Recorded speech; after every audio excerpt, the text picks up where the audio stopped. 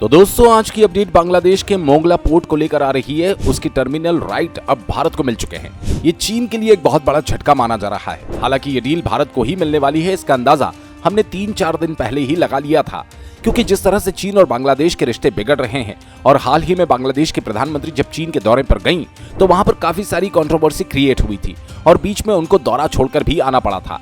इसके अलावा जब से प्रधानमंत्री नरेंद्र मोदी की ओथ सेरेमनी में बांग्लादेश की प्रधानमंत्री आई थी, उसके 1 महीने बाद ही दूसरा दौरा भारत का किया था। तब से अब तक न जाने कितनी डील भारत और बांग्लादेश के बीच हो चुकी है।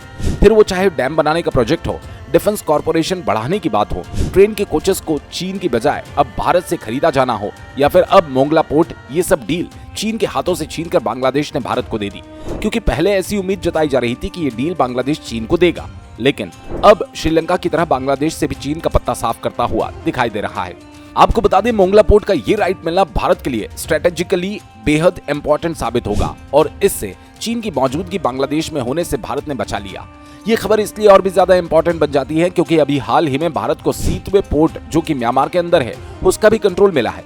हालांकि इस सौदे की पूरी जानकारी अभी तक सामने नहीं आई, लेकिन ये भारत का तीसरा बड़ा कदम है जब उसने विदेशी बंदरगाहों के संचालन में सफलता हासिल की। इससे पहले भारत ने ईरान के चाबहार और म्यांमार के बंदरगाहों में भी ऐसा ही किया था। मीडिया रिपोर्ट्स के मुताबिक मोंगला पोर्ट के टर्मिनल का संचालन इंडियन पोर्ट ग्लोबल लिमिटेड यानी IPGL करेगी।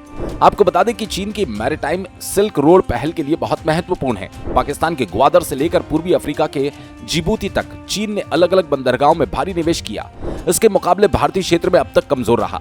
उदाहरण के लिए दुनिया के शीर्ष 10 कंटेनर ट्रैफिक बंदरगाहों में कोई भी भारतीय बंदरगाह शामिल नहीं है, जबकि चीन के 6 बंदरगाह इसमें शामिल है। लेकिन अब भारत धीरे धीरे इस क्षेत्र में अपने कदम मजबूत कर रहा है। अब भारत भी पश्चिम और पूर्वी हिंद महासागर के महत्वपूर्ण समुद्री स्थानों पर अपना प्रभाव बढ़ाने की कोशिश कर रहा है और क्षेत्र सुरक्षा में अपनी भूमिका को मजबूत कर रहा है। बंदरगाहों का कंस्ट्रक्शन और कंट्रोल एक प्रकार की पोर्ट डिप्लोमेसी होती है, जिसमें राष्ट्रीय शक्ति का उपयोग होता है और चीन ने इसमें बहुत सफलता पाई।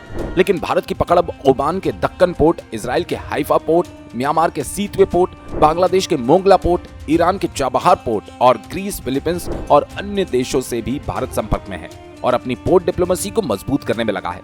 भारत की सफलता के लिए कमेंट बॉक्स में एक बार जय हिंद जरूर लिखिए। बढ़ते हैं हमारी अगली खबर पर, वो भी बांग्लादेश से निकल कर आ रही है। दरअसल दोस्तों, बांग्लादेश में हो रहे राइट्स को लेकर भारत की वेस्ट बंगाल की चीफ मिनिस्टर ममता बनर्जी की तरफ से एक कंट्रोवर्शियल बयान दिया गया था, जिसमें उन्होंने कहा था कि अगर हमारे दरवाजे पर कोई आता है तो हम उन्हें शरण देने के लिए तैयार है। यानी कि कोई भी बांग्लादेशी लोग वेस्ट बंगाल में एंट्री चाहते हैं तो हम उनके लिए दरवाजा खोल देंगे। अब उनके इस बयान के बाद काफी बवाल मचा था और भारत के अंदर भी काफी ज्यादा क्रिटिसिज्म ममता बनर्जी को झेलना पड़ा था, जो कि सही भी है क्योंकि ऑलरेडी भारत बांग्लादेश से आए इलीगल माइग्रेट से परेशान है और अब इस तरह का न्योता देना कि बांग्लादेशी लोग भारत में आ सकते हैं, इससे भारत की समस्या और भी बढ़ती है और ये हमारी इंटरनल सिक्योरिटी के लिए भी एक बहुत बड़ा खतरा था।